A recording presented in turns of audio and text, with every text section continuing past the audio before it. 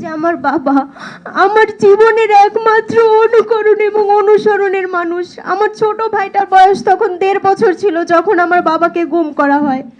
আমাদের জীবনের প্রত্যেকটা সেকেন্ডের স্ট্রাগল আমাদেরকে স্মরণ করিয়ে দেয় যে আমাদের লাইফটা আর 10 জনের মতো নর্মাল না।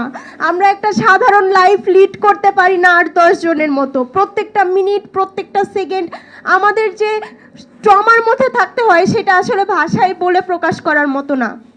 আমার ছোট ভাইটা যখন আমার বাবাকে গুম করা হয়, আমার আম্মুর সাথে র্যাব, ডিবি এবং পুলিশের কাছে ঘুরতে ঘুরতে সে এক সময় এতই ভয়ে থাকতো যে আমার বাসায় আমার খালামণি মামা আসলো ভয়ে খাটের নিচে গিয়ে, টেবিলের নিচে গিয়ে সে লুকিয়ে থাকতো। এখন পর্যন্ত ওকে আমরা মানুষের সাথে মেশানো বা ভয় পাওয়া থেকে সমস্যাটা সমাধান করতে পারছি না।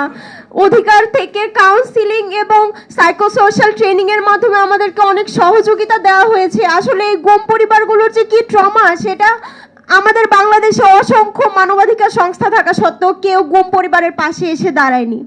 কিন্তু অধিকার থেকে আমাদের যে কাউন্সিলিং এবং সাইকোসোশ্যাল প্রোগ্রামগুলো করা হয়েছে সেগুলোর মাধ্যমে আমার ভাই কিছুটা হলেও মানুষের সাথে মিশতে শিখেছে। আমার বাবাকে যখন গুম করা হয় তখন আমি ভেবেছিলাম বাংলাদেশে একমাত্র আমি হয়তো এমন একজন ভিকটিম যার বাবাকে গুম করা হয়েছে। কিন্তু আমি যখন এই প্রোগ্রামগুলোতে আসতে শুরু করলাম দেখলাম যে আমাদের মতো শত শত ছোট ছোট ভাই বোনেরা তাদের বাবাকে হারিয়েছে। আরমান আঙ্কেলের মেয়েরা যখন বলতো যে আমি আমার বাবার জুতাটা আমার বাবার পায়ে পরিয়ে দিতে পারিনি, তখন আমার সব সময় মনে হতো, আমি সব সময় দোয়া করতাম যে এই গুম হওয়া পরিবারগুলোর মধ্যে কেউ যেন অন্তত তার বাবাকে ফিরে পায়, তাহলে আমাদের এই দিনের পর দিন রোদ বৃষ্টি উপেক্ষা করে রাস্তায় দাঁড়ানোটা সার্থক হবে।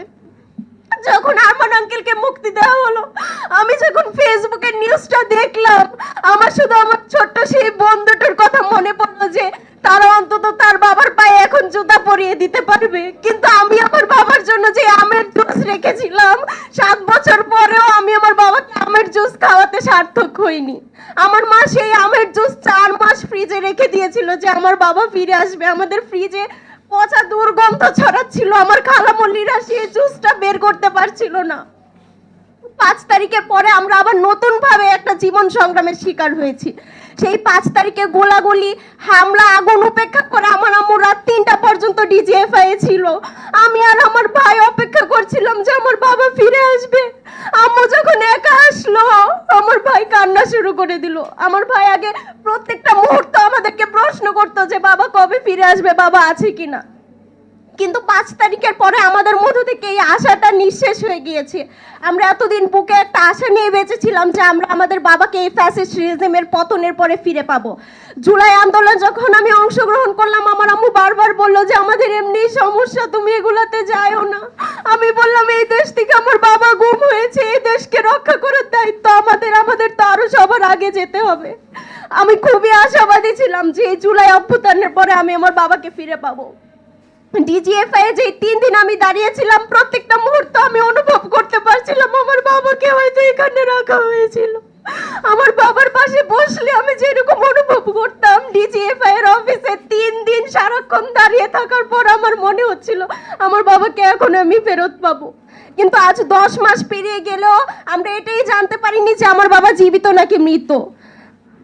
ঈদ উল ফিতরের আগে ইউএন এর সাথে গুম তদন্ত সংক্রান্ত কমিশনের একটা প্রোগ্রামে আমাদেরকে লিটন আঙ্কেল বলেছেন যে ধরে নিয়েছেন তারা এই 333 জন হয়তো আর জীবিত নেই। কিন্তু আমরা ধরে নিতে পারছি না, এটা অঙ্কের হিসাব না যে আমরা ধরে নিব। এটা একটা মানুষের জীবন।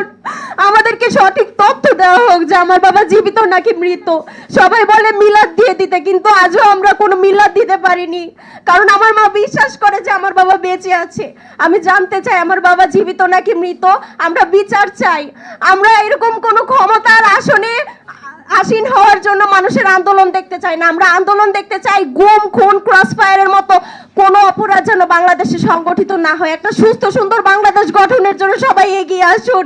2020 সালের অবৈধ নির্বাচনে, মেয়র ইলেকশনে আবার পুনরায় আন্দোলনের জন্য সবাই যখন রাস্তায় নামছে, তখন আমার মনে খুবই আশাহত এবং আমি হতাশাগ্রস্ত, কারণ আমি আজ নতুন বাংলাদেশে নতুন কিছু দেখতে পাচ্ছি না। সুস্থ সুন্দর একটি বাংলাদেশ গঠনে সবাইকে এগিয়ে আসার জন্য অনুরোধ করছি। আসসালাম।